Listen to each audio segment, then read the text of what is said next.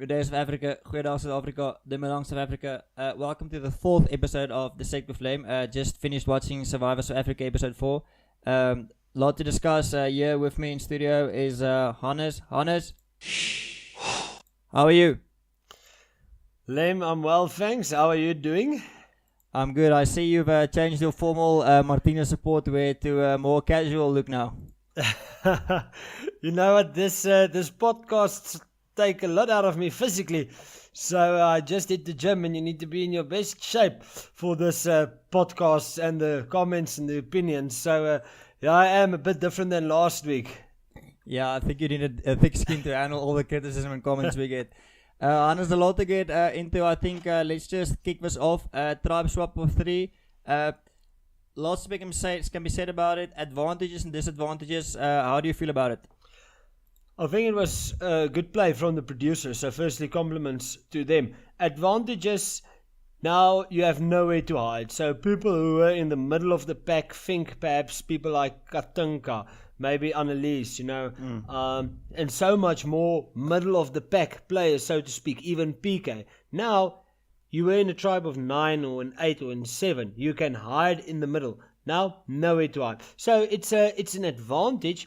A disadvantage is now that the viewing time from our side is split, not between 2 tribes, but between 3 tribes. So you miss a lot of the interpersonal dynamics, and I understand, there's 72 hours in 3 days. We only see 40 minutes, so we really only see an inch of, or a 10, we don't see a lot of what's happening, but yes. Good save. No, to your point, I think what happens with 3 tribes is it jumps around a bit, so you get that, okay, now I'm this tribe, that tribe, and especially with a swap, we're doing the podcast, we write down the names instantly so we know who's where, but I think some casual viewers might be like, who's what, that's where. That brings me to our second point. Obviously with a tribe swap, there's a lot happening, people moving into different new tribes, and all the alliance bonds are formed. Is there a specific player or players who stood out for you during the swap in the gameplay? The basic gameplay, there will always be a few blunders, there will always be great gameplay. Firstly, the blunders, the TNT. I think Tony made a blunder as well as Tom. Tony, firstly, by showing emotion once the tribes got split from 2 tribes to 3 tribes. Yes, you did have a bond with people, but you cannot really show emotion like that. For me personally, it's a point of weakness.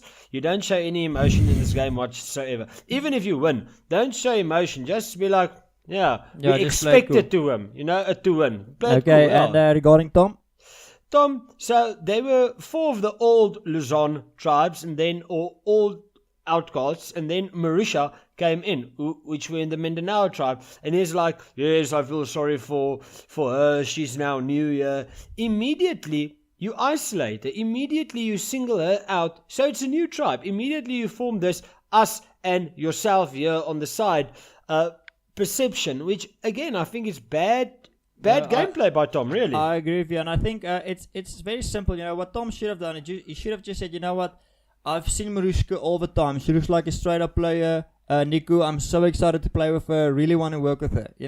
Now instead of doing that, he alienated her, and it's like when you go and slaughter a lamb. You don't tell her, listen, you're going to be slaughtered, because when you rile up the lamb, you just say, hey, be cool, and then boom, just pull the trigger. Any of the other people in the tribe swap who or the math that you want to talk about? There's 3 other names which come to mind. So tonight we're going to focus on the ladies. It's not yet August Ladies Month or Women's Month, but we're getting closer. So Palesa, I just think she's a very lucky player, because with the thing where they collected the eggs, there she again collected some clue to a hidden immunity idol. And I think the first time she messed it up, she won't mess it up again. It puts her in a prime position. Yeah, I think there's a bit luck, but you got to ride the blow. And I think Palesa's now in a position where she said, listen, I made this mistake once. I'm not going to do it again. This time I'm going to go straight for that. And yes. On the Palesa thing, she now needs to make her luck count. Say in cricket, you get a century, but many a times a guy gets 100 in cricket, but on 3 or 4, even on a duck, they drop him in the slips. So it's the same thing with Pelessa here. She now has a strategic advantage which the other players don't have. She needs to capitalize on it and get a century, so to speak. I hear what you're saying. And then finally, at the blue tribe, with the Mindanao tribe, we've got Annalisa as a sole player. We spoke a lot about preseason, about the cooking skills, and it's been coming full house to be in a favor.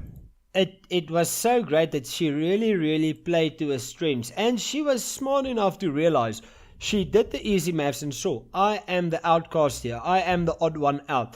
So I need to get accepted. Well, I'm gonna interrupt you. You're speaking about easy math. We've got a listener. I just want to get this person's name right. So just kick through my script notes. We've got Patty all the way from Michigan listening to the podcast, and she said she appreciated our Trump bit we did in the previous podcast. Patty, you want to play some of our politicians. Anna's making a point about math. Let's listen to the politicians we have here. Listen properly. 769, 800 and 700. Great. That's the former president of our country. Anders, you spoke about Annalisa doing the math. Some people in our country can't do the math, but fortunately Annalisa could. She could say, 4 versus 1. I'm in the minority here. And she immediately played to her strengths and blended into the new tribe, got their acceptance, and now I think she's in a good position moving forward. So she went from, like Barney Stinson said in one of... No. She went very quickly up the ranks in that new tribe. I'll cut the Barney part out, don't worry. Okay, I think Annalisa playing to her strengths of her food, the people, they loved it, they said, and that's the old story, a path to a guy's heart is through his stomach, and she said, I'm going to feed you guys and you're going to like me, and that worked out for her. Okay, and lastly... Lastly, can I interrupt you before you move on? You may interrupt me. Katinka again. So, with the gameplay, Katinka looked upset because here it was day 9 or day 10, and she don't have a solid alliance moving forward. Now, all of the players, they are into new tribes. The game basically starts from point 0-0. However, the game resets after the swap. Yes. However, if you do have a strategic alliance on whom you can call, then it puts you one step ahead. Katinka does not have any alliance now to call on, and it's like 10 days in the game. She's 10 days behind, really. So, really, for me, if I interpret it correctly, and I do, she's a little pawn in the biggest player's chess game. They will lose her along the way and the game will just go on. Yeah, I agree. I think this was a seismic shift for her, and it's interesting, but we'll touch on Katinka later. That brings us to the first challenge. The challenge has new tribes, how they interacted, and big prize on the stake, big prize on the line, big stakes, having that new tribe, or the new beach you can go to. What's your feeling on that first challenge? I think it was a great challenge, and it was a very difficult challenge. Anything which you need to throw something on a balancing beam, whatever the case might be. A moving platform, that's quite difficult. Moving platform, that's the thing. It makes it very tricky, and human nature, you just want to go and throw as many things as you can, but you need to think logically. I think Werner did play it very good. I liked the challenge, so compliments to the producers. It was a very good challenge, and there was a lot at stake, especially with the rewards being such a big rewards. I really liked the challenge, and I think, to tell the truth, all 3 tribes gave it a good go. Definitely. One thing I want to say is what I think the producers did really well is when they got to that new tribe, what's the place called? I'm going to say I'm not exactly sure. The tribe, like you said, the one, Werner's team. Once I got there in this new tribe, they had that, always there's a new thing, where's the idol? I'm going to look for it. And what the producers actually did is they hid it in plain sight, that markings on the top of a shelter. So that's quite cool. I think your default action will be, I'm going to go run into the forest and search for this idol. And they actually just said, hey, listen, here it is, search for it, don't search for it, make a move. That was very, very smart. And again, the new beach, Luzon, it's like a hotel for Survivor standards. I won't mind going there for a few days, hopefully just with a shower kit and a few good books. But really, they've got a nice gig going there. I like it. And that brings us to the immunity challenge. Just after that, the immunity challenge. This is an old Survivor challenge. I've done this a couple of times. Anybody who stood out for you in the challenge? Not necessarily. I think Katinka played well, but it was a good all-around team challenge. Lem, what's your thoughts on the challenge? And I know you have something to say to the host, Nico, as well. First off, Katinka, I think they had Katinka up there, and I think everybody was falling down, but they know if they let fall Katinka Ricard, she's going to land on her feet, so nobody was worried. So they were quite happy to just pick up. I think next time they do some of the ad, they should say, listen, let's get rid of Mahindra, let's get rid of Bystrat, let's get Builders Warehouse in the place, so get everybody hard ads, because Nico was running around like, hey, watch your head, hey, watch your head, watch your head. You should give him hard ads and say, okay, play the challenge, don't be afraid. No, good challenge. We've seen this one play out before. Early, like you say, Katinka and Martinez, that team, they got the early victory, and then it became a foot race between the remaining teams. And eventually, Werner and the Isam Vanilla Zan tribe, right? They losing the challenge, sending them to tribal council, and that caused some spur in that trouble when they got back looking for that idol. Now, Here's a lot to discuss, really. First things first, let's take Josie and Ace. Now, a 3-2 split. Again, you don't have to be a maths king to see that they were in the minority. And then they didn't align themselves with the majority. My question is, why? You know you are in the minority. Josie just lying there whilst Ace is looking for the idol. And if Ace found the idol, he would have played it himself. So Josie's best move would have been to go and throw Ace under the bus. Definitely. I think, and they said it so well in that final tribal council when they said, you guys didn't come to us. You know, you had the whole day and you did not come to us. Why did you not do that? And I think that's the difference between a good player and an excellent player. Excellent player can say, listen, like, let's throw it back to Annalisa, the chef. She said, I'm in the minority. I'm going to do a smart thing. I'm not going to sit here and mope. I'm going to work these people and get them on my side. And I think Georgia should have done the same. She should have said, listen, Ace flipped on us. You know, that guy's crazy. We don't know what he's doing. Instead, she did not do that. She went with Ace, you know, stuck with her original alliance. It's a sinking ship, you know, you like rats on a sinking ship. You should just jump out, start anew, but she did not do that, and it eventually exploded in her face. Yes, and I mean now probably she might be in the firing line next, because now she took herself apart. Now it's 1 versus 3. I mean, come on, Ace. Let's discuss Ace's game plan. Now, if we've had many things to say about Ace. What game plan are you referring to? the idol. So there's a lot to be said there.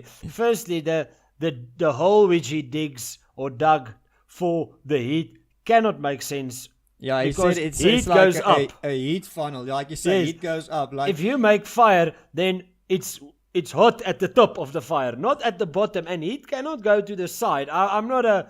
whatever, but it doesn't make sense. I'm an engineer, but not a civil engineer, and I can tell you that was like the worst story ever. And it might happen that they did not show it, but I feel you know, somebody like Werner or Werner or John, they should have been smarter. They should have said, listen, you're feeding us a big bowl of BS at the moment.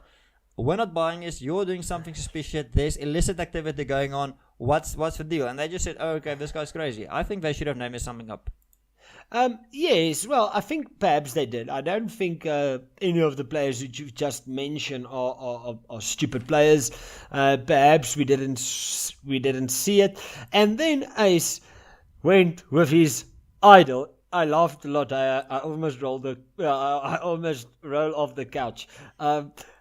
And said to Werner, I have an idol. And Werner is like, show me the idol. And walked away.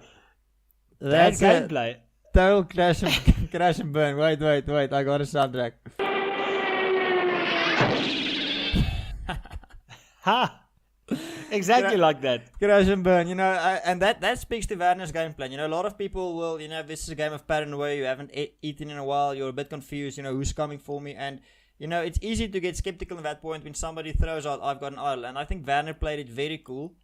Even Tony, you know, the tribal council, they just said, listen, do you have an idol? No? Well, then screw you don't have it. And I think, I love the confessional of Tony in that tribal council saying, listen, you guys should have made a move. You didn't come to us. What are you guys doing? Excellent from them. One person I wanna touch on. I have an opinion, but I'm gonna let you go first. Do you have anything to say, good or bad, about John's gameplay at the moment? Look, I think Jean is positioned well. Me and you did discuss this off screen before he came on air. You can see some of that more on our Instagram in the following few days. I think Jean played it well. Stick with the alliance which is already strengthened. For this stage of the game, I think Jean played it well. Because the reason I'm asking, we got a question from a friend of the podcast, DissectWithLem. Those of you who are Survivor super fans will know he played in Survivor Australia. Because Des asked us before, and is John in a good position or not? Is this girls' alliance working out for her? And to be quite frank, I think John made a mistake. I think because John said, the blue strong. She's with Werner and Tony. If John knew what was going on behind the back, I think John's move, this would have been excellent time.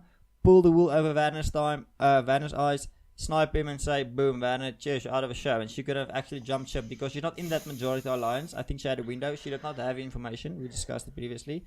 So I think maybe a missed window for John. We'll see how this plays out. But I cannot see them, post the swap, like in the merge, going back to her and saying, you're in our alliance. I think she had a chance to make a move and she did not.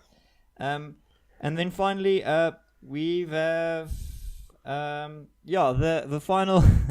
You have anything to say about Ace's gameplay regarding the idol, or his so-called idol, once the votes were read? We would probably lose many of our followers if we swore too much on this podcast, so I will refrain from swearing, although it is difficult. So firstly, he tells Werner, just to go back one step, I have the idol. Werner, hey, okay, show me the idol. Okay, no idol. Then everybody votes. Then after the vote, he makes as if he has an idol. To what extent? What is your end game? Totally illogic game plan. I have no comments. I cannot. Yeah, and I think another friend of a podcast, Jody, who actually competed against Survivor in the stand-up marketing thing on the billboard, he actually said that's not good gameplay. And I think it's sad because I think a lot of people had high hopes for Ace. He got through that whole thing, and I think Ace just made one blunder too much, and that was end of the road for him, and his cord got cut, right? That torch got snuffed, and so he's not out of his show.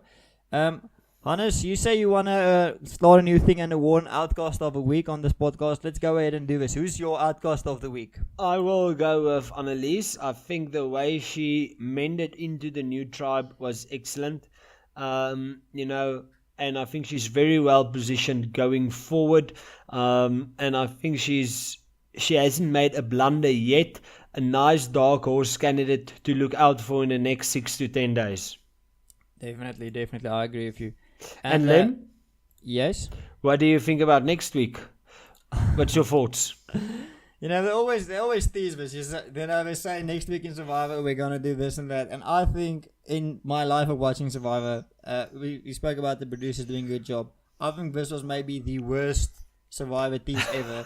The ending that tease saying, Niku, okay, and then, I don't know, somebody gets revenge. Fifth person voted out, and we don't show the thing. Obviously, we're not going to show it, but I don't see why they're wasting 10 seconds of our time with something we know is going to happen. I mean, that's going to happen. Why do they show it here? So I think, hats off to the producers earlier, but I think, they've made a blunder. We would like, you must tweet LaRue and say, listen, LaRue, we want better teasers next week. This is not for us. We can get a bit better trailer perhaps, but I'm looking forward to next week. I feel that the series is getting nice momentum now. Also, on social media with many of our followers interacting with us, I like the momentum which this Survivor series is gaining. I agree, and I think it's got a lot of traction, not just locally but internationally as well. Like, I mean, we have this podcast, we've got people from overseas actually asking us questions and interacting with us. So this means that this season has got an international audience at the moment. That's great for Survivor and for South African television as a whole. Where's overseas? So I've been to Robben Island. So yes, Cape Town, then it's the sea. Over the sea is Robben Island. Or what is over the sea? Robben Island is not overseas. Is it? No, damn it, almost. No, I'm not gonna name the places, but we've got you can check it. You can check in the 8 slide below. We've got people from all over the globe listening, and not just watching our podcast, but actually we've got people do podcasting from overseas, like the RHAP community actually involved. So it's quite cool to see Survivors of Africa actually for the first time that I'm aware, make a big splash in international circles. Okay, Hannes, do you have anything last to add, or do you think we can just wrap this up? I think we can wrap it up. Send us your tweets and comments. We'll gladly answer them in the next week and during the week on Twitter as well. Follow us, all of those things. Hannes, speaking of Twitter, where can they follow you or find you? At JHLerm, LERM. That's good, and you can find me at @the_lem, or if you're English at die_lem. Use the hashtag or just #DissectWithLem. Give us your questions down below. If you're listening on YouTube, on YouTube, please subscribe to the channel. Give it a thumbs up, like it, give comments. It helps other people find it. If you're listening on iTunes, leave a rating. Give it 5 stars or 4 or 1, whatever. That helps other people pick it up. And if you're listening on Podbean, also subscribe. You can also listen to this on iTunes. I said that. Yeah, that's it. Very excited to. We've got another podcast coming up next week. Once again, the Soccer World Cup podcast. If you're following that. And honestly, do you want to tease the people about the new podcast we're going to start at the end of May? Maybe you can. We haven't discussed this, but I'm going to throw you on the bus now. Maybe tell the people about our new podcast we're going to start. So there's 3 main characters in the Dissect with Lem podcast series. So with the Survivor podcast, it is myself and the Lem, or for the English people, Die Lem. With the soccer podcast, it is Vickers, the walking encyclopedia teddy bear. So the 3 of us will be collaborating in a monthly podcast where we will discuss not only actual events but also ideas which can take the world forward. So definitely keep an eye out for that. Next week, the Thursday, the 31st, when you drive to work, it'll be there on iTunes. Listen it and you will blow your mind. Yes, I'm just going to say, I think we're going to focus more on what happened in May and less on new ideas, because if we get honest to invent new ideas, it will just be new clothing to wear when you go to a bar to chat up girls. I don't think there's a lot there. So yeah. Okay, let's wrap it up. Eh? Yeah, let's wrap it up. Thanks for listening, guys. Have a good one. Take care. Bye bye.